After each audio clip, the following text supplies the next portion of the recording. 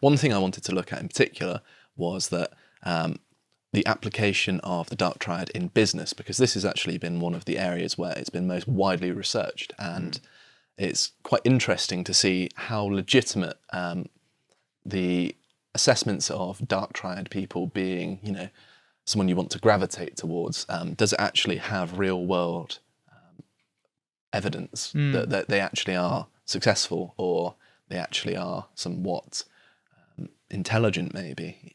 So one study titled Fatal Attraction, a Systematic Review and Research Agenda of the Dark Triad in Entrepreneurship, using a sample of nearly 12,000 people, which is quite a large sample, found that Machiavellianism positively correlates to entrepreneurial intention and negatively relates to entrepreneurial performance.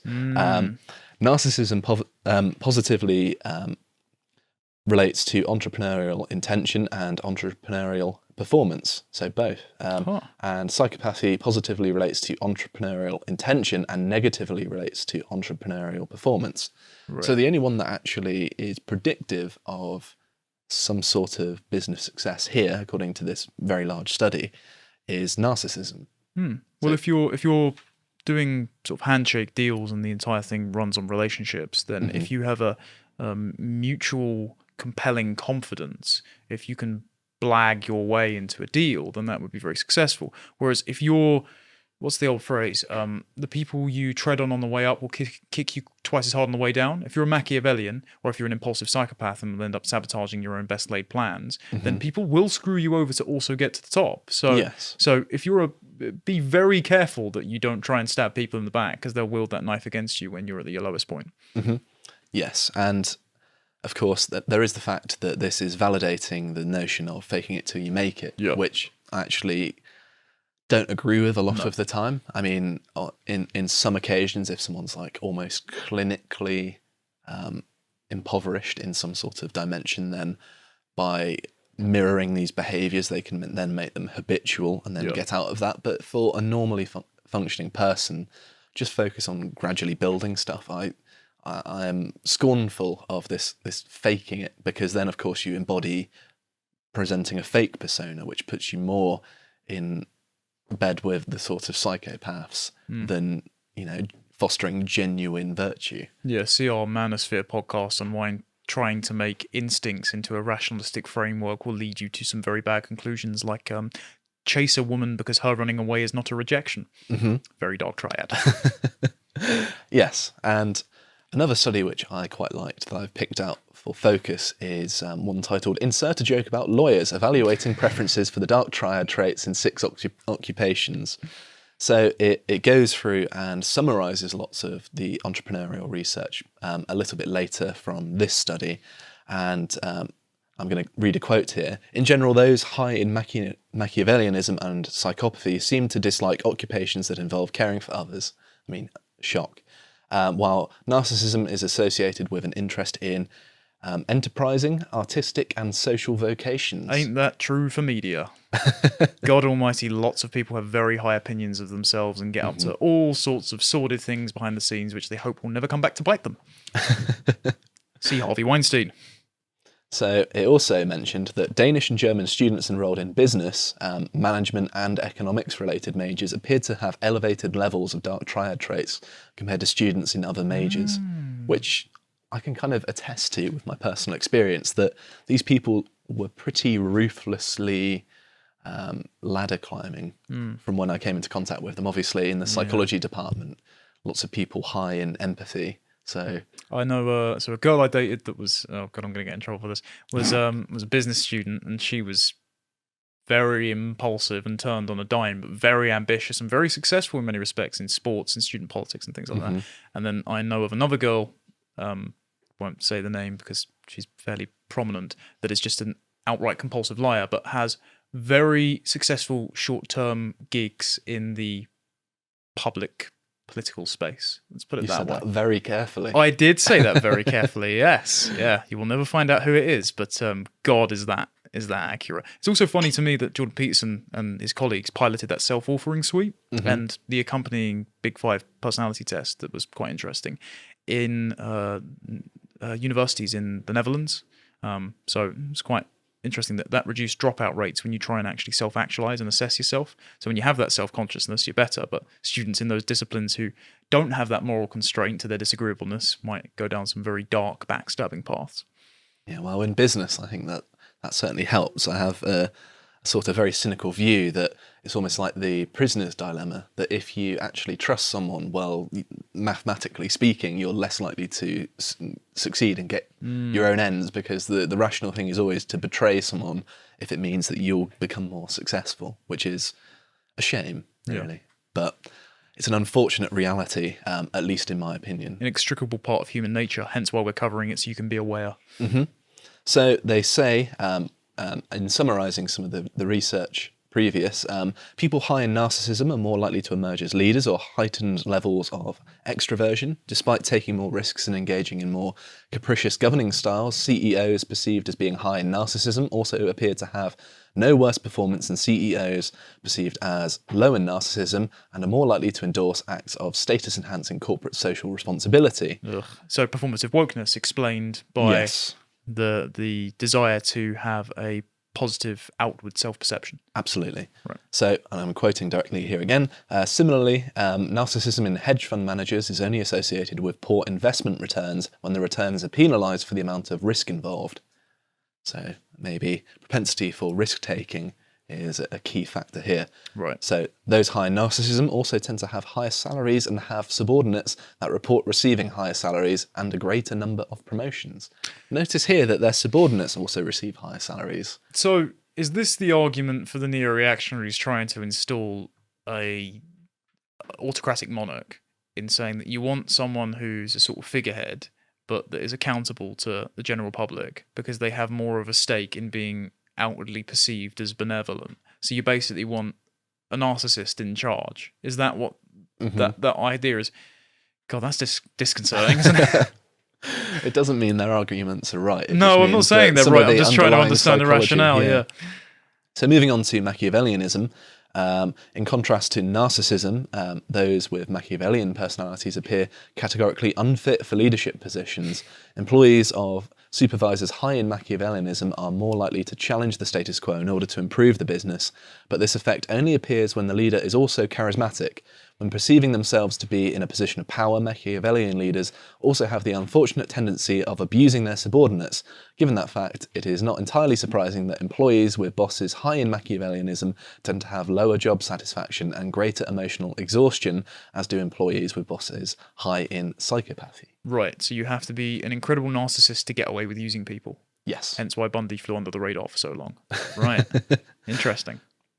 So, moving on to influencing success in the workplace, I'm going to read some quotes here. Outside of leadership positions, most evidence suggests that the Dark Triad traits are a liability when it comes to the workplace. A meta-analysis conducted by O'Boyle et al. In 2012 indicated that Machiavellianism, narcissism and psychopathy are all associated with behaving in ways counterproductive to the goals of the organisation, such as stealing or abusing other employees, although there is some evidence suggesting that the subconstruct in question matters. A follow-up meta-analysis looking at the individual facets of narcissism revealed that aspects of narcissism characterized by leadership and authority were negatively associated with counterproductive workplace behaviors, whereas aspects of narcissism characterized by exploitativeness and entitlement were positively associated with counterproductive workplace behaviors. So there's a bit of nuance here in how they can get ahead, or vice versa, how they can lose their position in a workplace. That's interesting because, of course, you see with a lot of people in workplace confidence training, for example, saying you need to be more disagreeable to argue for a salary. So maybe it's the delusional self-perception that allows them to be the person who asks and then gets, as opposed to their peers who are far too agreeable, and so then they just automatically excel ahead. It's not necessarily that an inflated ego is conducive to actual success. It's just maybe comparatively everyone else around you is too nice to ask. Interesting. So I'm going to read a little bit more before moving on. So in the seminal paper introducing the organizational Machiavellianism scale, certain components of Machiavellianism were also associated with lower rates of counterproductive workplace behaviors, but this measure has been accused of assessing features beyond the scope of Machiavellianism. This is a general problem of research in this area is that they keep on trying to expand the scope of each of the constructs, and in so doing make them so general that you're going to get these effects. Is this just a symptom of everyone trying to reinvent the wheel with themselves, trying to be the next best psychologist? Yes. Right. O'Boyle et al. Also showed that Machiavellianism and psychopathy negatively influence ratings of workplace performance. Consistent with this finding, employees scoring high on Machiavellianism and psychopathy are more likely to cut corners at work, use potentially disruptive tactics to get their way, and in the case of psychopathy, procrastinate. It doesn't mean if you procrastinate, you are a psychopath. Oh, my girlfriend would be delighted to hear.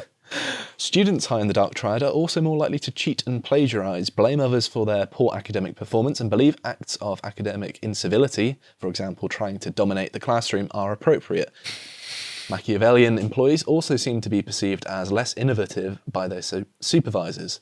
Narcissistic employees are perceived to be more innovative by their supervisors, but this effect is only found when the supervisors are low in narcissism. Right. The authors argued that this is primarily the result of narcissistic leaders being unwilling to share the proverbial spotlight with their employees. That was the don't ask, don't get hypothesis I had. That makes a lot more sense. Though I am slightly embarrassed when it says that trying to dominate the classroom is appropriate as a sign of psychopathy, because just by the raw fact of most of my classmates and all of my lecturers being leftists, I was the only one pushing back, and it was often me v16 and the seminar leader. So I'm not crazy, I swear. But that's not going to relate to narcissism, because you're actually not winning any favours with people, are you? No. You're not trying to... Well, sometimes actually you ended up getting friends because you were saying something that they might not have heard. So we went into a seminar about a film, Black Panther, funnily enough, and all of the classmates were too afraid of saying they thought it was a terrible film because they were perceived to be being racist. And I just went through all the reasons. By the end of the 2-hour seminar, the seminar leader was beaten down, and all my classmates were going, "Yeah, it was actually really shit, wasn't it?" I've actually found that when I was in university lecture theatres, I was the person that would talk the most, like ask questions in the middle of lectures, like put my hand up, not like interrupt or anything or be rude about it, but actually be engaged in the content and not be afraid to ask questions, because I felt like I was confident enough in my own ability not to ask a stupid question where everyone's going to laugh at me.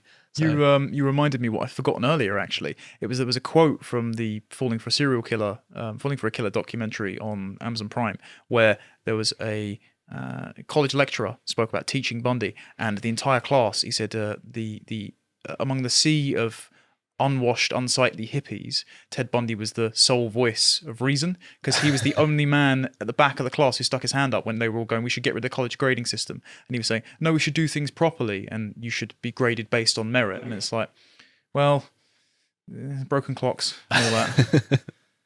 Slightly worrying that he's the voice of reason, though. Yeah. Oh dear. But yes, this study that has a very nice literature review also did their own research as well, and they found they looked at how perceptions of the Dark Triad traits vary across occupations. So this is how people perceive people with Dark Triad traits rather than actually directly measuring them. And they found that one's own level of Machiavellianism, narcissism and psychopathy was the greatest predictor of believing others should also be those three traits respectively. So this is obviously implicated in the attraction thing, because if they're advocating for these traits in others when they have them themselves, surely that indicates that they desire them in other areas too. So this makes sense of when we were saying that Bundy in his answer was trying to drag everyone else down to his level rather than actually empathise with the victims. He's trying to make people sympathetic to him by seeing everyone else as a similar level of depraved to himself. Sure. And that's why lots of women that go for serial killers are these kind of impulsive people whose morals and principles are conditional based on their desires. Sure, because you would imagine a normal person would be like, ugh. Yeah, disgust sensitivity, yeah. Exactly. So it carries on to say, participants believe it is acceptable, if not advantageous, for lawyers and musicians to be high in Dark Triad traits, which is interesting. I can see the lawyers, but musicians, I imagine it's just the narcissism side of things. Well, that's why so many bands break up, I swear. So like it must be, lots of them entitled, and lots of them are very impulsive. It's the drink, it's the drugs, it's the sleeping with groupies. I mean, Bundy was no different, other than all the murders. I think with musicians as well, a lot of them have never had a professional job before, and I think that they don't know how to act professionally, and I'm talking from a lot of experience there. Believe me. Harry's crying in the back. I've never worked with Harry in a musical sense, so No. I'm not saying him. So Participants also indicated that teachers should be high in narcissism but low in Machiavellianism and psychopathy for clearly obvious reasons. Especially if you see libs of TikTok, they are clearly high in narcissism. Yes, but I think that the point being that they want to be the centre of attention all the time, which makes sense. To watch the full video, please become a premium member at lotuseaters.com.